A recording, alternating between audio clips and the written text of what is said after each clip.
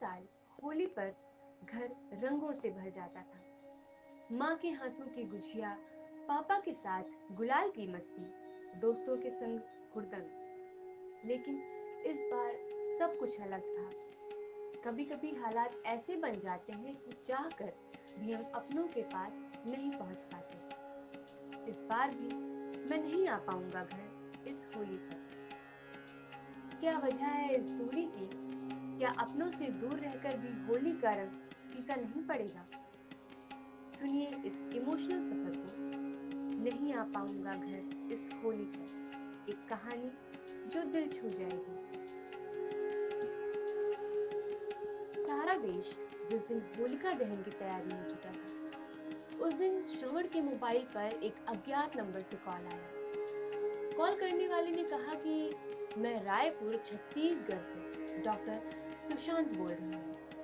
तुम्हारे पिताजी की हालत बेहद गंभीर है, उन्हें एप्लास्टिक एनीमिया हो गया है। उनको तुरंत रक्त चढ़ाना होगा। ऐसा करो, मेरे खाते में तुरंत 25,000 भेज दो, नहीं तो तुम्हारे पिताजी नहीं बच पाएंगे। श्रवण ने कहा कि नहीं डॉक्टर बाबू, अरे ऐसा न कहिए। लेकिन ये हुआ कैसे? अभी तो बाबू ठीक ठाक थे, 20 दिन पहले ही तो मैं घर से शहर आया हूँ। क्या मैं झूठ बोल रहा हूँ? अपने भाई मुरारी से बात करो। अब एआई के जमाने में किसी की आवाज में बात करना कितना आसान होता है। ठीक उसके भाई मुरारी की आवाज में एक व्यक्ति जो इस गिरोह का हिस्सा था वैसे ही आवाज में कहा, हाँ भैया, बाबू ठीक नहीं है, इनका खून नहीं बढ़ रहा, आंखों से कुछ देख ही नहीं पा रहे। आप तुरंत डॉक्टर बाबू को 25,000 रुपए भेज दीजिए, नहीं तो बाबू कहीं मर ना जाए।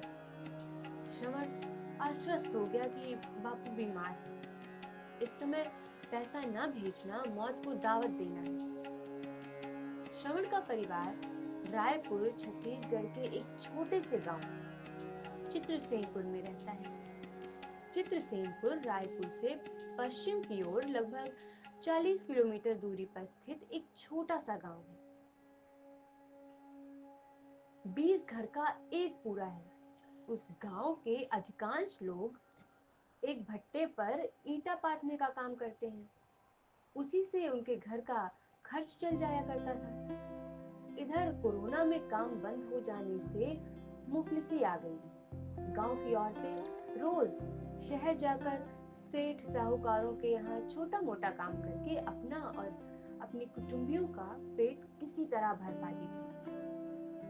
श्रवण के घर में माँ, पिता, छोटा भाई मुरारी और उसके 3 बच्चे व श्रवण की पत्नी धनपति और एक बेटा जो 10 साल का है, सब मिलजुल कर रहते थे। श्रवण की भयहू अलका अपने ससुर का ध्यान बहुत ज्यादा रखती थी। पत्नी के चल बसने से उसके ससुर थोड़ा टूट से गए थे, आए दिन बीमार रहते थे। श्रवण के घर को देखकर लगता था कि घर के हर कोने से गरीबी झांक रही है। लेकिन इतना जरूर था कि 2 वक्त की रोटी परिवार को किसी तरह मिल जाती थी। लेकिन कुनबा बढ़ने से कभी कभी ये परिवार फाका भी कर जाता था। महंगाई ने परिवार की तो कमर ही तोड़ दी थी। इन्हीं हालातों को देखकर श्रवण अपनी पत्नी धनपति और 10 साल के बेटे मोनू को लेकर बनारस कमाने के लिए आ गया था। कुछ दिन तक तो काम की तलाश में भटकता रहा। बनारस आध्यात्मिक नगरी है, यहाँ महादेव की कृपा से कोई भूखा नहीं सोने पाता है। सबके मुंह में महादेव कुछ न कुछ डलवा ही देते हैं। इसी बनारस का एक छोटा सा क्षेत्र है अर्दली बाजार। वहाँ रोजई पर काम के लिए शहर के आसपास के गांव से लेबर अपने श्रम बेचने प्रतिदिन आते हैं, और यदि काम मिल गया तो वे मालिक के खूंटे में बंध जाते हैं। काम की कुशलता को देखकर मालिक उन मजदूरों से 2-4 दिन और काम कराकर उन्हें उनका पारिश्रमिक देकर विदा कर देता था। एक दिन श्रवण की मुलाकात पाचू लेबर से अर्दली बाजार में हो गई, जिस मालिक के यहाँ ठेकेदार काम करवाता था। उस ठेकेदार से पाचू ने श्रवण को मिलवा दिया। ठेकेदार की आंखों में मानो चमक आ गई, क्योंकि रोजई पर काम करने वालों को रोज पैसा देना पड़ता था। वो ऐसे मजदूर की तलाश कर रहा था जिससे काम अधिक लेकर थोड़े थोड़े पैसे उसे दे। शहर में लगभग हर ठेकेदारों की यही मनोवृत्ति है। श्रवण उस दिन से राजेश ठेकेदार के अंडर में काम करने लगा। बहुत मेहनत करके एक एक पैसा बचाने लगा। जब भी ठेकेदार सारे लेबरों का हिसाब करता था, वह यही कहता कि बाद में ले लेंगे, होली पर अभी घर भी तो जाना है, उसी समय जरूरत पड़ेगी। भाई, उसकी पत्नी और उसके बच्चों के लिए कपड़े भी तो लेना है, बनारस की मिठाई ले जाएंगे, बापू को आंखों से कम दिखता है, उनके लिए नया चश्मा ले जाएंगे हम इस बार होली पर। श्रवण ने हाड़ तोड़ मेहनत करके एक एक पैसा जुटाया था। उसके घर जाने की आशाएं आसमान छू रही थी। यदि उसके पास पंख होता तो शायद उड़कर चला जाता, लेकिन विधाता को कुछ और ही मंजूर था।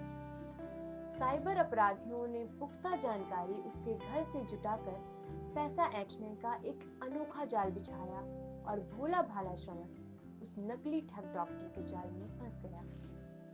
25,000 रुपए ठेकेदार से उसने अपने बापू के इलाज के लिए ट्रांसफर करवा दिया। श्रवण को पैसे भेजकर लगा कि चलो अब बापू का इलाज तो हो जाएगा, वे ठीक हो जाएंगे, होली अगले साल मना लेंगे। उसने डॉक्टर को 10 मिनट बाद फोन लगाया तो स्विच ऑफ बताने लगा। लगातार 20 कॉल किया, लेकिन उधर से कोई आवाज नहीं आई। ठेकेदार पढ़ा लिखा होशियार व्यक्ति था, वो सारा माजरा समझ गया। उसने श्रवण से कहा कि तुम्हारे साथ बहुत बड़ा धोखा हुआ, तुम्हारे पैसे साइबर अपराधियों ने लूट लिया है। ये बात सुनकर श्रवण जमीन पर कटे वृक्ष की तरह गिर पड़ा।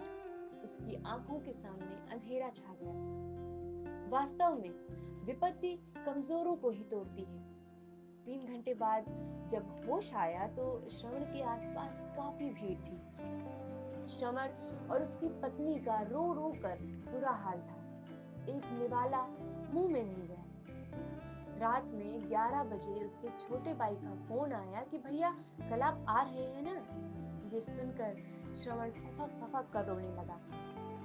धीमी आवाज में उसने कहा, भाई मेरे साथ बहुत बड़ा छल हुआ है, मेरी मेहनत को अपराधियों ने लूट लिया, इस होली को घर नहीं आ पाऊंगा। ठेकेदार ने श्रवण के भाई मुरारी के अकाउंट में दयालुता का परिचय देते हुए 5,000 रुपए ट्रांसफर कर दिए।